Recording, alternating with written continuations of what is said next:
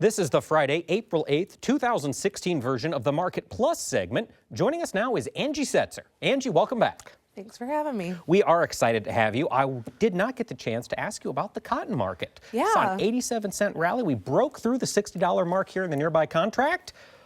Are we going to the moon? It depends on your definition of the moon. That's if your definition of the moon is like at the water park in Des Moines, then yeah, we're on our way. When it comes down to cotton, we have seen kind of similar to corn, from an overall supply and demand fundamental setup, global supply and demand fundamental setup. We've got an anchor on us, so it's going to be difficult to really get crazy. But we are seeing some weather talk. The Delta, of course, has been extraordinarily wet. They continue to be very wet. Parts of Texas where you see some production, again, very wet. So there could be some issues there where we see some of the acreage expectations that were released in the March 31st report could be the highest we see. Of course, that's not going to offset high domestic stocks, the China problem, that sort of deal. But when it comes down to it, if you're able to get it in and you're able to lock in, just be aware of where you're at. And if we're on the high end of the range and you feel comfortable, get something done, I guess you could say. Well, what would you get something done? Would you be on the cotton market? I mean, given its, well, the volatility has calmed down quite a bit lately. Would you be looking at an option strategy to put something in place? I always like to look at as a producer, especially with one that's limiting the insurance side of it, or is not really able to go out and get an extensive underlying insurance policy put in place. I like selling some cash or getting some prices locked in and owning some calls, especially with the volatility backing off and calls being cheaper. I always kind of struggle when people say puts put a floor underneath your market price, simply because as time goes on, your puts do lose that time value. So you pay for time value when you buy a December or whatever it may be put option at this point in time, and then as time goes forward, if you don't get into equity, and then on top of that, you have to make the determination as to when you cash in that put. Whereas with the selling the cash or locking in a price and buying a call, that is truly establishing a floor. You know that when you make the delivery of that commodity, that's the price you're going to get. And then if there is a rally that takes place, then your call can gain in value. And then you can make that determination as to when you lift out and capture some of that equity. I feel it's a much easier strategy. Of course, having puts in place on something that you don't want to contract is not too bad to cover yourself, but it goes back to the whole line too, don't bet more than you can afford to lose. Right. So don't go out and spend a bunch of money on puts with no real exit strategy or plan in place as to why. Yeah, and you mentioned how both of them can appeal to different psychologies. Mm-hmm. Just what motivates you to put some risk management in place? Yes, and what you're trying to protect. Right. I mean, are you truly concerned that the price is going to rally significantly? If you make some sales, well then yeah, go ahead and you could lock in some and buy some more closer to in the money calls. If you're just making sure that if you go out and end up planting the crop, that if the price falls below X, you have some coverage. But talk to someone that you know, especially on the cotton side. I do not trade cotton, so I have to put that out there, that, you want to speak to someone who's an expert on that and then make that determination with them based on where they're at and what they think you should be doing. Okay. Similar question here, really, as we go to our next Twitter viewer. This is Matt at Farmer Fuss. How long will this bullish trend in soybeans last? Until we confirm that the crop is in the ground and that it looks okay. So do you see us rallying for the next month? The potential could be there to see some price support. I do think eventually we will see some profit taking and some backsliding in futures. However, we did try to have a lower week this week. We tried. We got a bullish report, or what could be viewed as a bullish report. That's all up to interpretation. At least a neutral report. It wasn't negative on last week.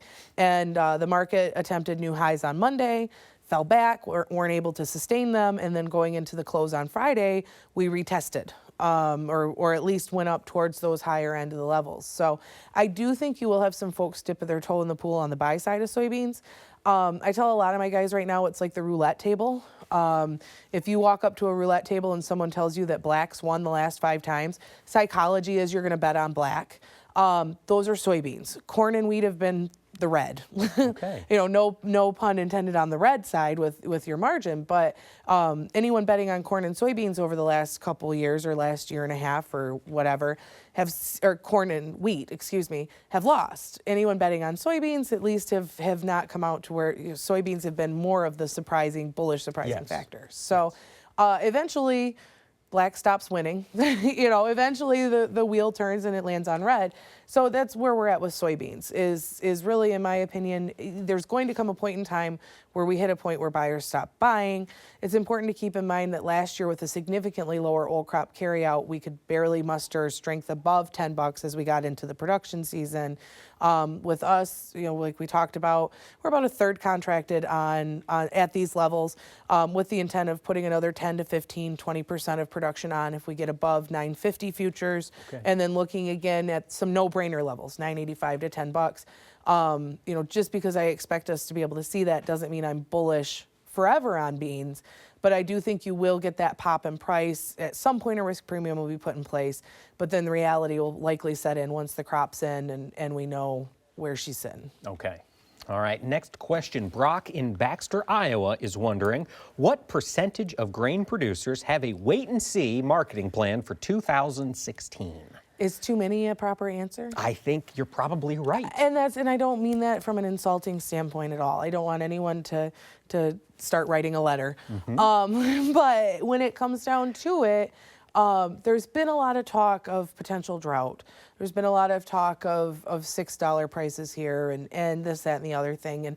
And everyone wants to be the person that nails it. It's very difficult to be the person that sits here at $9.30 soybeans and says, I would be looking to price, when someone else is saying, oh, they could go to 11 or 12, because the farmer side wants that 11 or 12.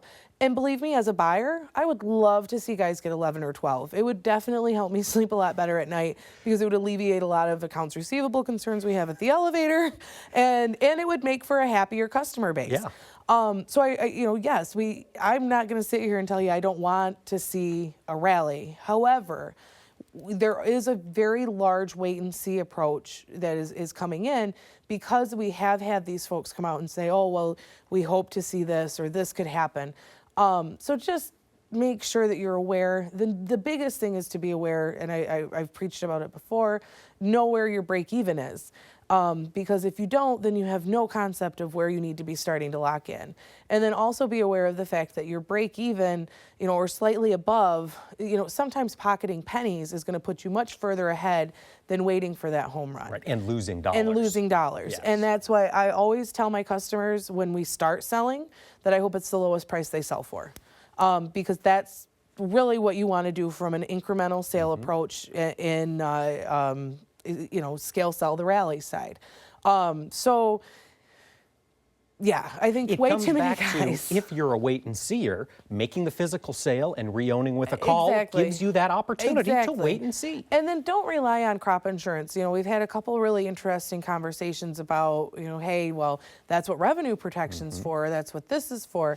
And when it comes down to it, a revenue protection policy on soybeans at 85% is $7.72 a bushel. But it's important to also keep in mind that you're not guaranteeing bushels. You're not guaranteeing $7.72 per bushel. If you out yield your APH, that price, your put, because a lot of people will say that on insurance as a put, that drops. So over the last couple of years, there's been a lot of guys out there who have experienced overproducing, which is awesome because it helps increase your revenue per acre on that side.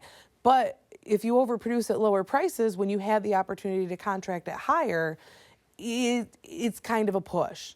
So just make sure, as you go forward, you're aware of where you're at and you take advantage of when the market gives you 60-cent rallies. Right. A 10% gain or a 5 to 10% return on investment in a bearish market setup is great. So if someone offered you that on a CD right now, you'd probably dive all over it. You're not going to get it at the bank. Yeah. Yeah. So just be aware, but I try not to make people sad by hitting them upside the head too awful much with the don't do the wait and see. But really, I think last year showed us that the market will give you opportunity, and waiting and seeing can mean that you're going to sell 350 when you had the opportunity to sell 425. Right. Next question. You talked about this on the program. You mentioned for those producers who are thinking of switching acres, Phil in Ontario, Canada, is asking you outright, with futures and cash prices as is, should we hedge and switch to beans? Yeah. I'm not going to say should you hedge and switch to beans. That was kind of, I feel like I'm on the campaign trail now. That was the shortest answer yet. Coming up next. That's yeah. But if you're going to switch to beans, if it's a moneymaker for you and you can look at it, it all depends on what your production history looks like. If you can't yield a good crop of beans, then no. I mean, duh. Sorry to be blunt, but if you can yield a good crop of beans and you have the good opportunity to do so and you can guarantee yourself some revenue, look at it. But if you're going to switch because of the economics that are in play right now, you need to be aware of what you need to do to protect that. Because your $9 board right now or $9.30 board right now may not be there come fall. And so if you're making a decision based on the price that is in place at this point in time, you need to also allow economics to dictate the sales that you make, especially if you're in Ontario, because value-wise, with the currency the way it is and things like that, you cannot guarantee that your currency is going, Right, you're dealing with two levels of price exactly. risk. Yes. So you want to make sure that you're ensuring price protection. And he's got the next question, being Canadian, as Phil is, and we love you, Phil. He says, from a Canadian perspective, the U.S. dollar should go higher, much higher, post-November election? And he asked it as a question. It is a question, yeah. Come November, we'll have a new president. Yep. It looks like it could be Hillary or Trump today, One but or the other, yeah. who would have guessed where we'll be? I mean, things have happened. Knows? Do you anticipate dollar strength based on the election, or are you more focused on the Fed? I'm more focused on the Fed at this point in time. The election itself, it's not like we're going to come in, the second week in November and know the economic approach that said president is going to take. To try to tread the fine political line, of course, if we have one party is known for stimulus and social programs, et cetera. So a stimulus, social program, et cetera type approach would likely weaken the dollar in the short term and then perhaps strengthen it as we see economic bursts take place, similar to Euro 9, 2010, et cetera. Or beyond that, once we saw the TARP and all of that come in. The other side is one supposedly supposed to be more fiscally conservative, which should help ensure some upside. But where we're at right now is so odd. Do you see the removal of some stimulus? Do you see the removal of some tax incentives? Do you see perhaps the economy moving in a different? Yeah. So honestly, when it comes down to it, it's all going to be, I believe, Fed-based and market reaction-based. Okay. I think the election itself, from a currency standpoint, it'll take a couple years of policy development before we see a knee-jerk reaction on that side. All right. Well, Angie Setzer, thank you so much for taking the time to join us this week. Yeah, I enjoyed it. I'm glad you did. We enjoy getting all of your questions via Facebook and Twitter. Please continue to send them in and look us up on Facebook and on Twitter. Thanks for watching and have a great week.